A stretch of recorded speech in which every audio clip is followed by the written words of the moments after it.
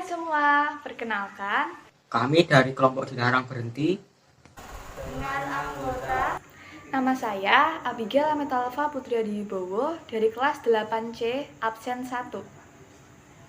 Jericho Rizman Wong absen 14. Nama saya Mikael Abil Satria Wibawa, absen 18. Saya Satya Indah Abigail Tambun, absen 28.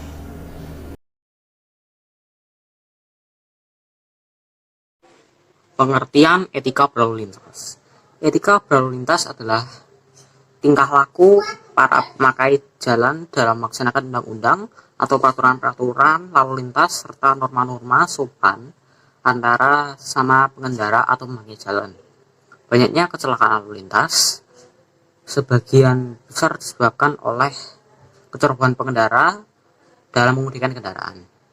Kecelakaan dapat pula kita kaitkan dengan etika berlalu lintas.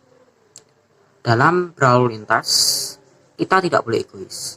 Kita harus berbagi dengan pengendara lain. Etika berlalu lintas harus kita terapkan sejak dini. Supaya ketika sudah besar nanti di dalam diri kita, sudah tertanam etika berlalu lintas yang baik dan benar. Sehingga terjadinya kecelakaan lalu lintas dapat kita minimalisir dan kita antisipasi. Poin B, macam-macam peraturan lalu lintas. Peraturan lalu lintas dibuat agar mencegah terjadinya kecelakaan lalu lintas. Beberapa peraturan lalu lintas yang berlaku di Indonesia yaitu yang pertama, pengendara wajib mempunyai SIM. Fungsi SIM yaitu sebagai bukti kompetensi mengemudi, sebagai registrasi pengemudi kendaraan bermotor yang memuat keterangan identitas lengkap pengemudi. Kemudian, data pada registrasi pengemudi dapat digunakan untuk mendukung kegiatan penyelidikan, penyidikan, dan identifikasi forensik kepolisian. Kemudian B, jangan naikkan motor ke trotoar. Trotoar adalah fasilitas yang dikhususkan bagi pejalan kaki, tetapi masih banyak terlihat para pengguna kendaraan motor roda 2 menaikkan kendaraannya di atas trotoar, yang bisa membahayakan keselamatan para pengguna jalan.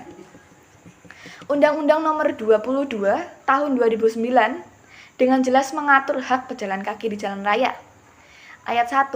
Pejalan kaki berhak atas ketersediaan fasilitas pendukung yang berupa trotoar, tempat penyeberangan, dan fasilitas lain. Ayat 2. Pejalan kaki berhak mendapatkan prioritas pada saat menyeberang jalan di tempat penyeberangan. Ayat yang ketiga, dalam hal belum tersedia fasilitas sebagaimana dimaksud pada ayat pertama, pejalan kaki berhak menyeberang di tempat yang dipilih dengan memperhatikan keselamatan dirinya. C. Menghormati pengguna jalan lain. Jalan raya bukan hanya untuk dilintasi oleh kendaraan bermotor saja, pejalan kaki dan pesepeda juga melintasi jalan raya. D. Jangan main telepon genggam saat berkendara. Mengendarai motor sambil bermain telepon genggam dapat membahayakan pengendara yang lain, juga pengendara itu sendiri. E. Menggunakan helm saat berkendara. Peraturan lalu lintas yang satu ini sudah sering kita dengar, namun masih saja banyak warga yang melanggar peraturan lalu lintas yang satu ini. Perlu diperhatikan, untuk para pengendara sepeda motor, walau hanya berpergian ke tempat yang tidak jauh, kita harus tetap menggunakan helm agar terhindar dari kejadian-kejadian yang tidak kita inginkan. F. Berkendara dengan kecepatan standar. Jika berkendara di lalu lintas dalam kota, maka kecepatan maksimal adalah 60 km per jam. G. Mematuhi peraturan-peraturan rambu-rambu lalu lintas. Rambu-rambu lalu lintas yang ada di Indonesia sungguh beragam banyaknya. Rambu-rambu lalu lintas yang ada diantaranya dilarang belok, dilarang parkir, stop, jalan penyeberangan, dan lain sebagainya. H. Kendaraan bermotor yang digunakan wajib didaftarkan. Ada di dalam Undang-Undang Nomor 14, Pasal 14, Ayat 1 Tahun 1992. I. Menurut Undang-Undang Nomor 14, Pasal 23, Ayat 1 dan 2 Tahun 1992. Ayat 1 berbunyikan sebagai berikut. Pengemudi kendaraan bermotor pada waktu mengemudikan kendaraan bermotor di jalan wajib, yang pertama, pengendara wajib mampu mengemudikan kendaraannya. Yang kedua, pengendara harus mengutamakan keselamatan pejalan kaki. Yang ketiga, pengendara bermotor wajib menunjukkan surat tanda bukti pendaftaran kendaraan bermotor atau surat tanda coba kendaraan bermotor, surat izin mengemudi, dan tanda bukti lulus uji atau tanda bukti lain yang sah dalam hal dilakukan pemeriksaan. Yang keempat, pengendara wajib mematuhi ketentuan tentang jalan. Yang kelima, pengendara wajib memakai sabuk pengaman bagi pengemudi kendaraan bermotor roda 4 atau lebih dan menggunakan helm bagi pengemudi kendaraan bermotor roda 2 atau bagi pengemudi kendaraan bermotor roda 4 atau lebih yang tidak dilengkapi dengan rumah-rumah. Ayat yang kedua, penumpang kendaraan bermotor roda 4 atau lebih yang duduk di samping pengemudi wajib memakai sabuk keselamatan. Dan bagi penumpang kendaraan bermotor roda 2 atau kendaraan bermotor roda 4 atau lebih yang tidak dilengkapi dengan rumah-rumah, wajib memakai helm. Macam-macam rambu-rambu lalu lintas. Rambu-rambu lalu lintas dibuat untuk menyampaikan informasi berupa peringatan, larangan, Perintah atau petunjuk yang bertujuan untuk menjaga keamanan, ketertiban, kelancaran, dan kenyamanan seluruh pengguna jalan. Rambu-rambu lalu lintas terdiri dari rambu peringatan, rambu perintah, Rambu larangan dan rambu petunjuk. rambu peringatan. Rambu peringatan didesain dengan warna dasar kuning. Rambu peringatan berisi peringatan kepada para pengendara bahwa mungkin akan ada bahaya di depannya. Berikut beberapa contoh rambu peringatan.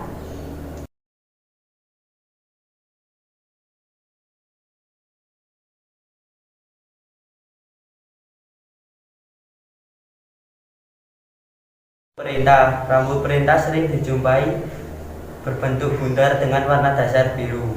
Rambu perintah berisi perintah yang harus dilakukan dan dipatuhi oleh para pengguna jalan. Berikut beberapa contoh rambu perintah. Rambu larangan. Rambu ini berwarna dasar putih, warna merah atau warna hitam sebagai warna lambangnya. Rambu ini berisi larangan yang tidak boleh dilakukan oleh para pengguna jalan. Berikut beberapa contoh rambu larangan.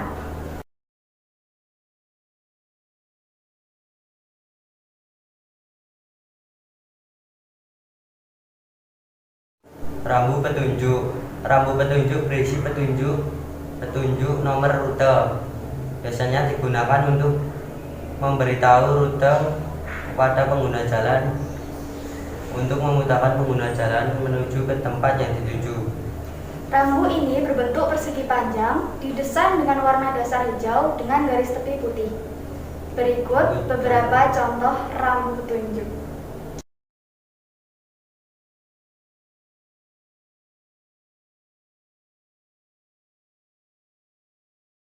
Jenis pelanggaran lalu lintas beserta sanksinya.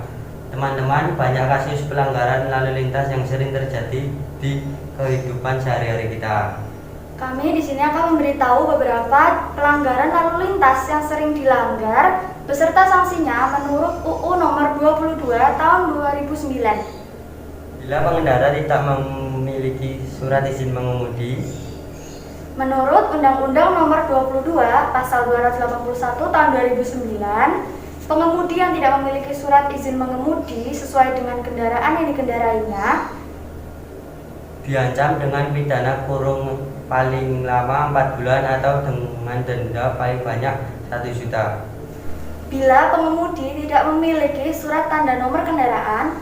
Menurut Undang-Undang Nomor 22 Pasal 288 Tahun 2009, pengemudi yang tidak memiliki surat tanda nomor kendaraan akan Diancam pidana kurungan 2 bulan atau denda paling banyak Rp500.000.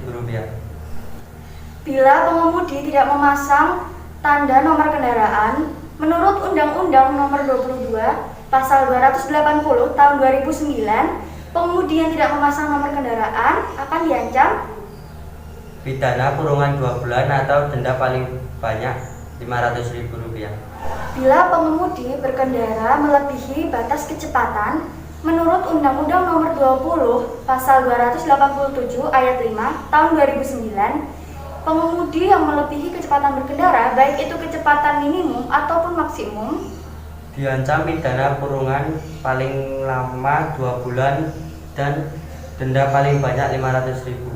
Bila pengemudi tidak menggunakan helm standar nasional menurut Undang-Undang Nomor 22 Pasal 291 Tahun 2009, pengendara yang tidak menggunakan helm dengan standar nasional akan diancam pidana kurungan paling lama 1 bulan atau denda paling banyak Rp250.000.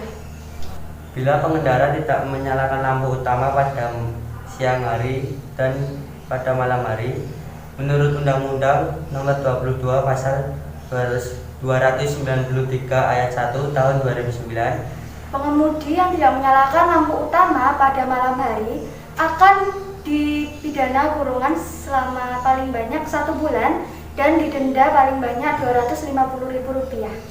Bila pengemudi tidak mematuhi rambu-rambu lalu lintas, menurut Undang-Undang Nomor 22 Pasal 287 Ayat 1 Tahun 2009, pengemudi yang tidak mematuhi rambu-rambu lalu lintas atau marka jalan diancam hukuman pidana kurungan selama 2 bulan atau denda paling banyak Rp500.000 dan sebagainya.